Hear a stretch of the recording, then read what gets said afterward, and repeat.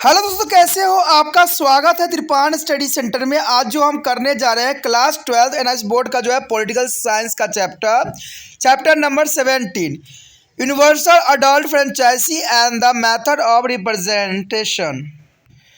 अर्थात इसका मतलब यही है कि व्यास मताधिकार चुनाव प्रक्रिया तथा प्रतिनिधित्व की प्रणाली। देखिए, ये कई मायने में कई क्लास के बच्चों के लिए इंपॉर्टेंट रहेगा, जिनमें ये जो है मताधिकार, व्यास मताधिकार चुनाव प्रक्रिया एवं प्रतिनिधित्व की प्रणाली है। तो ये चैप्टर कई मायने में इंपॉर्टेंट रहेगा, चाहे वो सीबीएसई के बच्चे हों, चाहे एनआईएस के बच्चे हों, चाहे यूपी बिहार बोर्ड के बच्चे हों। सिलेबस के रिगार्डिंग अगर चलिएगा तो ये काफ़ी आपके लिए फ़ायदेमंद रहेगा।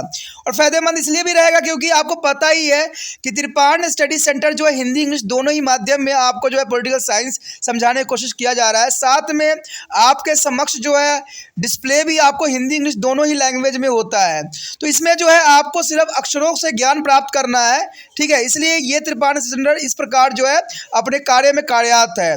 आपको पता ही है दोस्तों कि चैनल स्टार्ट करने से पहले एक बात जो मैं हमेशा कहता हूँ, जिसको आपको सोचना भी चाहिए, विचार भी करना चाहिए और अमल भी करना चाहिए, वो ये है कि जब भी वीडियो देखिए पूरा देखिए, क्योंकि अधूरा जानकारी सदैव खतरनाक होता है। साथ में एक इंपॉर्टेंट बात ये भी रहता है, अगर आप पहली बार वीडियो देख रहे हो तो लाइक शेयर सब्सक्राइब करना मत भूलना, क्योंकि दोस्तों लाइक कीजिएगा तो बनाने वाले का मनोबल बढ़ता है, सब्सक्राइब कीजिएगा तो इससे ये होता है कि जब भी मैं कोई वीडियो डालूंगा उसका नोटिफिकेशन आपको समय रहते मिल जाएगा। और देखिए, शेयर का मतलब ये होता है कि आपके थ्रू ना जाने किन बच्चों को हेल्प मिल जाए, ये आप भी नहीं जानोगे। इसलिए जो है आप शेयर जरूर करो, ठीक है। व्हाट्सएप स्टेटस पे भी लगाओ। दोस्तों एनआईएस सेंटर जो है कई मानने में बहुत से बच्चों के लिए हेल्पफुल है, चाहे वो 8th क्लास हो, 9th 10th 11th 12th हो, चाहे वो एनआईएस बोर्ड के बच्चे हों, ठीक है, चाहे बीए एमए के बच्चे हो, सभी क्लासों के लिए कुछ ना कुछ जो है त्रिपाण सेंटर में उपलब्ध है। तो इसलिए आपके लिए ज़रूरी है कि आप सब्सक्राइब करके इसको चैनल को जो है सेव कर लो, नहीं तो बाद में अगर रिसर्च करोगे तो शायद आपको ये चैनल प्राप्त ना हो। तो इसलिए सोचना नहीं, विचार नहीं करना है, सब्सक्राइब करके जो है अपने पास सेव करना है। दोस्तों ये तो बात था आपके लिए, लेकिन अब देखते हैं हमारा आज टॉपिक क्या है। A simple majority system. There is a most important simple majority system in that case of a single member constituency, the person or the candidate is getting to the highest number of vote is declared elected. The result is decided by the majority of the votes and secured by a candidate. Many a time in the system there is a multi-coordinate contest as the number of candidate is more than 2. There are the case of 4 or 5, even more than is a 5 candidate is a contest.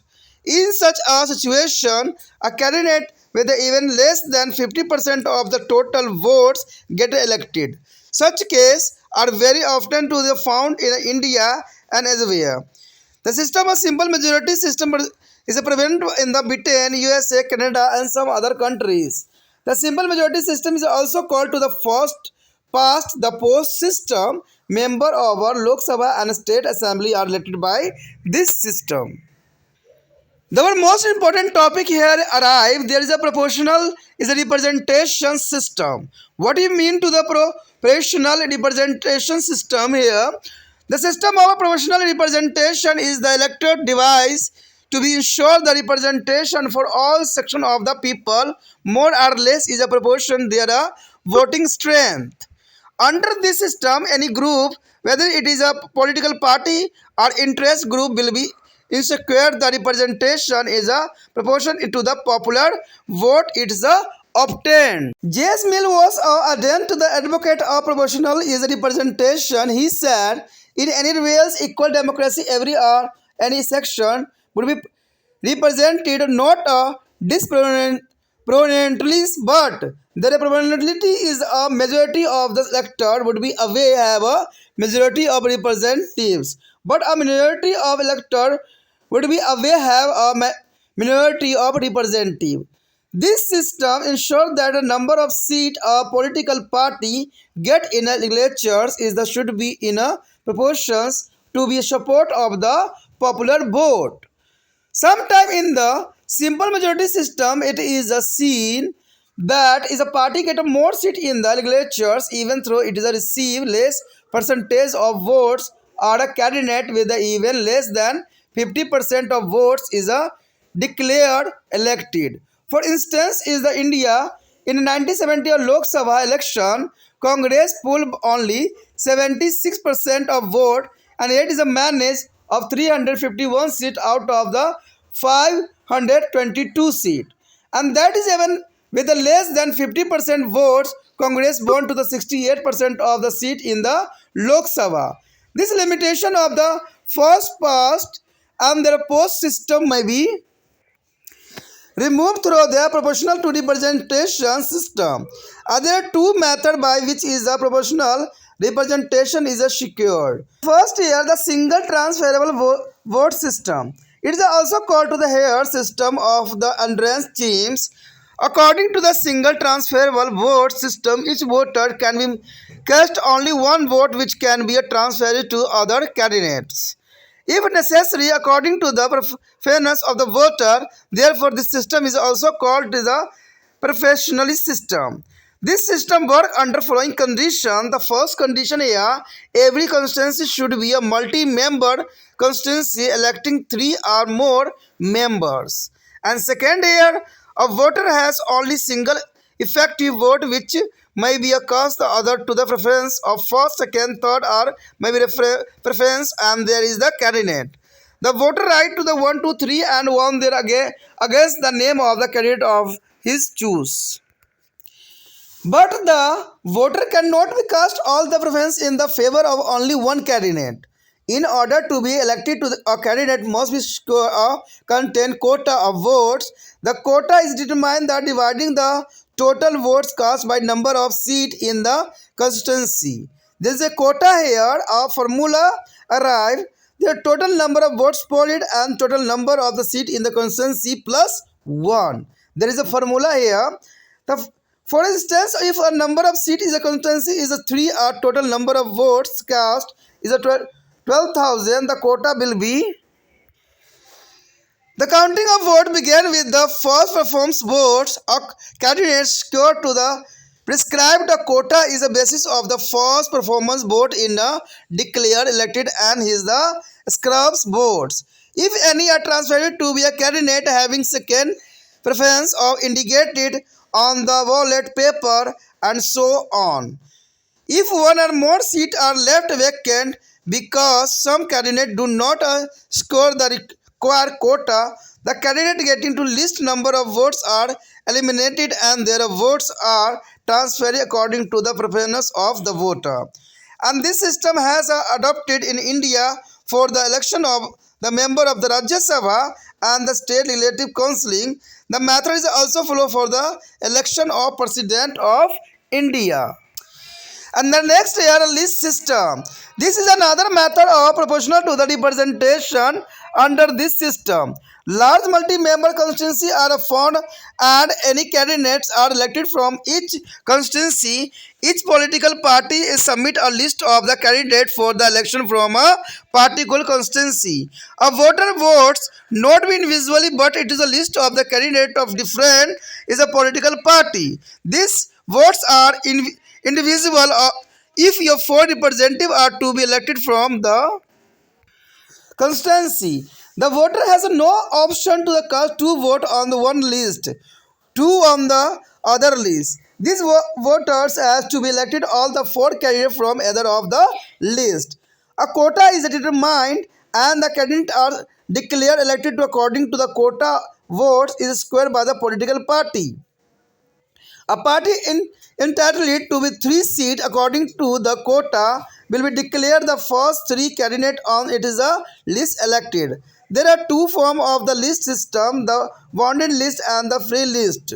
And in the bonded list, the voter no choose or expect to the endorse or reject the entire list of candidates and prepared by a political party. But in a free list, their voters will be electing their list can give his over one order to performance for the candidate. The list system is followed by the election in a Switzerland.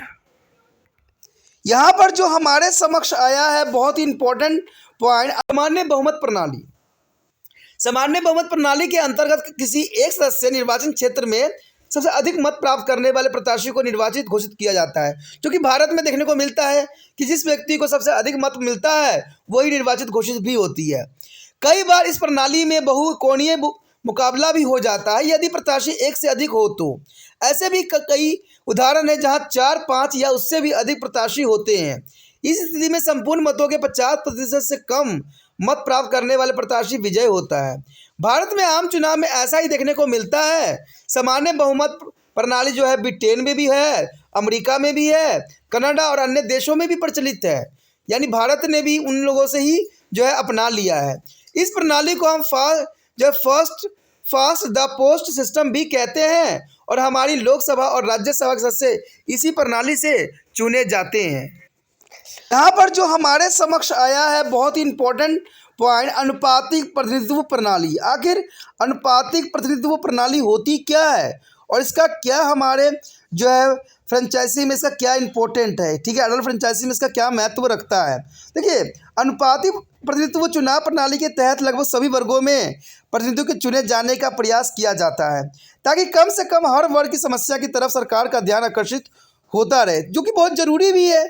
देखिए, अगर हर क्षेत्र के व्यक्ति जो चुने नहीं जाएंगे तो उस क्षेत्र से जो है समस्याओं से सरकार अवगत नहीं हो पाएगी, क्योंकि कहते हैं जो भी कोई क्षेत्र के व्यक्ति चुने जाते हैं तो उस क्षेत्र के वो प्रतिनिधि होते हैं और उस क्षेत्र के जो समस्याओं से वो भली भांति उनको ज्ञान होता है। इसलिए हर क्षेत्र से चुना जाना अत्यंत महत्वपूर्ण माना जाता है और इस प्रणाली में कोई भी समूह, चाहे वो राजनीतिक दल के हो या फिर हित समूह, अपने मतदाताओं की संख्या के अनुपात में प्रतिनिधित्व निर्वाचित करवा सकता है। कहते हैं इसमें सबसे पहला विचार J.S. मिल्स ने साफ शब्दों में इस बात को प्रेजेंट करने की कोशिश भी किया था कि अनुपातिक प्रतिनिधित्व के एक महान समर्थक थे। उनको ये मानना था कि बहुत अच्छा है और उनके शब्दों में ये बात साफ कही गई थी कि किसी भी वास्तविक लोकतंत्र जिसमें समानता पर बल दिया जाता है, किसी भी अथवा प्रत्येक वर्ग को उनकी संख्या के अनुपात में प्रतिनिधित्व दिया जाता है। इस वर्ग के मतदाताओं का बहुमत प्राप्त होगा उसको बहुसंख्यक प्रतिनिधि चुने जाएंगे, लेकिन जहां अल्पसंख्यक वर्ग के मतदाताओं की संख्या कम होती है वहां उसके प्रतिनिधि भी बहुत ही कम ही होंगे। दूसरे शब्दों में इस निर्वाचन व्यवस्था में प्रत्येक राजनीतिक दलों को उतनी ही सीटें मिलती है जिस अनुपात में से मत प्राप्त होते हैं। उदाहरण के लिए सामान्य बहुमत व्यवस्था में यह कई बार देखा गया है कि एक दल को विधानमंडल में सीटों तो अधिक प्राप्त होती है लेकिन उसे प्राप्त मतों का जो है प्रतिशत कम मिलती है, क्योंकि वहाँ जो है 50% से कम वोट पाने वाली भी निर्वाचित घोषित कर दिए जाते हैं। कभी कभी सामान्य बहुमत प्रणाली में ऐसा भी देखने को मिला है कि एक विधानसभा क्षेत्र में किसी भी पार्टी को सीटों तो बहुत मिल जाती है किंतु उसके वोटों का जो प्रतिशत अपेक्षित बहुत कम होती है। यहाँ तक कि 50% भी कम प्राप्त मतों के बावजूद भी वह पार्टी सीट जीत लेती है। 1971 के लोकसभा चुनाव में कांग्रेस पार्टी को कुल 46% वोट मिले थे, जबकि उसे 522 में से सिर्फ 351 सीटें ही प्राप्त हुई थी और यह वोटों का प्रतिशत जो 50% कम था, जबकि सीटें 66% मिल गई थी। और इस कमी के अनुपातिक चुनाव प्रणाली द्वारा सुधारने का प्रयास भी किया जा सकता है। अनुपातिक प्रतिनिधित्व दो प्रकार के होते हैं। पहला तो होती है एकल संक्रमण मत प्रणाली, कहते हैं इसे हायर सिस्टम अथवा आंध्र योजना के नाम से भी जाना जाता है और इस प्रणाली के अंतर्गत एक मतदाता केवल एक ही मत देने का अधिकार होता है, यानी एक मतदाता सिर्फ एक ही वोट देने का अधिकारी होता है, किंतु यदि वह चाहे तो अपने इस वोट को किसी दूसरे प्रत्याशी को भी बदल कर दे सकता है।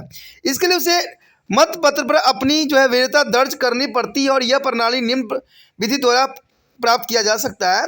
इस प्रणाली में 3 अथवा उससे अधिक प्रत्याशी का होना आवश्यक होता है। दूसरा होगा ये कि एक मतदाता जो है वैधता क्रम में एक ही वोट को कई प्रत्याशी को भी दे सकता है, किंतु उसके लिए उसे मतपत्र में 1, 2, 3 अथवा इससे आगे तक अपनी इच्छा अनुसार वैधता जो निर्धारित करनी होती है। मतदाता अपनी सभी वैधता एक ही प्रत्याशी के आगे नहीं लिख सकता है। उसके पश्चात हमारा अगला पॉइंट है घ है, जिसमें वैधता क्रम में सबसे ऊपर आने वाली प्रत्याशी को ही उसका जो है वोट मिलता है, किंतु यदि किसी स्थिति में 2 प्रत्याशी बराबर मत प्राप्त कर लेते हैं तब तो ऐसी स्थिति में प्रत्याशी को वोटा जो होता है कोटा निर्धारित करती है, यानी कोटा से किया जाता है। उस कोटे के आधार पर जिसकी वैधता सबसे पहले आती है उसे वोट मिल जाता है।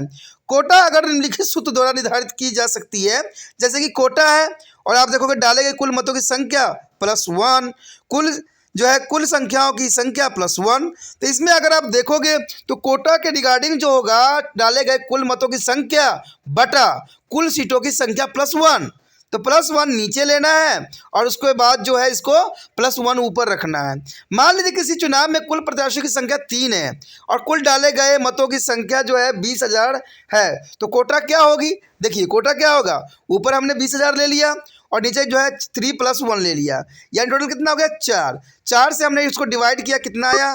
ठीक है, यहाँ पर कितना आ गया देख लो, यहाँ पर आ गया 5,000। लेकिन 5,000 में हमने एक प्लस भी तो करना है, तो एक प्लस करके हमने 5,000 एक वोट कर दिया। तो कभी कभी यदि कोई प्रत्याशी उस कोटे को नहीं पहुंच पाते हैं तो उस कोटे को खाली से छोड़ दिया जाता है और चुनाव की यह प्रणाली जो है राज्यसभा के प्रतिनिधियों के चुनाव के लिए अपनाई जाती है। और यही प्रणाली भारत के राष्ट्रपति के चुनाव में भी अपनाई जाती है, जिसके बारे में हमने पहले भी चर्चा कर चुके हैं। ये जो कोटा का जो सोल्यूशन है वो इंग्लिश में नहीं था, तो जो है इंग्लिश वाले बच्चे भी इसको हिंदी से नोट कर सकते हैं कि इस तरह से जो है हम इसको कैलकुलेशन करते हैं। उसके पश्चात हमारे समक्ष है सीमित मत व्यवस्था। कहते हैं यह व्यवस्था अनुपातिक प्रतिनिधित्व की एक अन्य पद्धति है और इस व्यवस्था के अंतर्गत बहुत सदस्य निर्वाचन क्षेत्र आते हैं। इसमें कम से कम 3 प्रत्याशी होते हैं तथा एक मतदाता एक प्रत्याशी को एक वोट दे सकता है। इसके बाद हर मतदाताओं को जो है सीटों के जो है अनुसार वोट घटते जाते हैं। उदाहरण के लिए किसी निर्वाचन क्षेत्र में 4 सदस्यों को चुना जाना है तो ऐसे मतदाता चाहे तो 2 या 3 प्रत्याशियों को अपना जो है वोट डाल सकता है, किंतु वह अपने 5 वोट सिर्फ एक ही प्रत्याशी को नहीं दे सकता।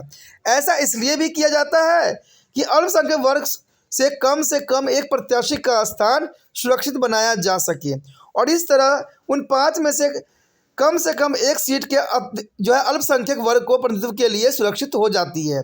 और इस प्रणाली के अधीन यदि एक सीट के लिए 2 सदस्य चुनाव लड़ रहे हों तो उसमें सबसे अधिक मत प्राप्त होंगे उसे विजय घोषित कर दिया जाएगा।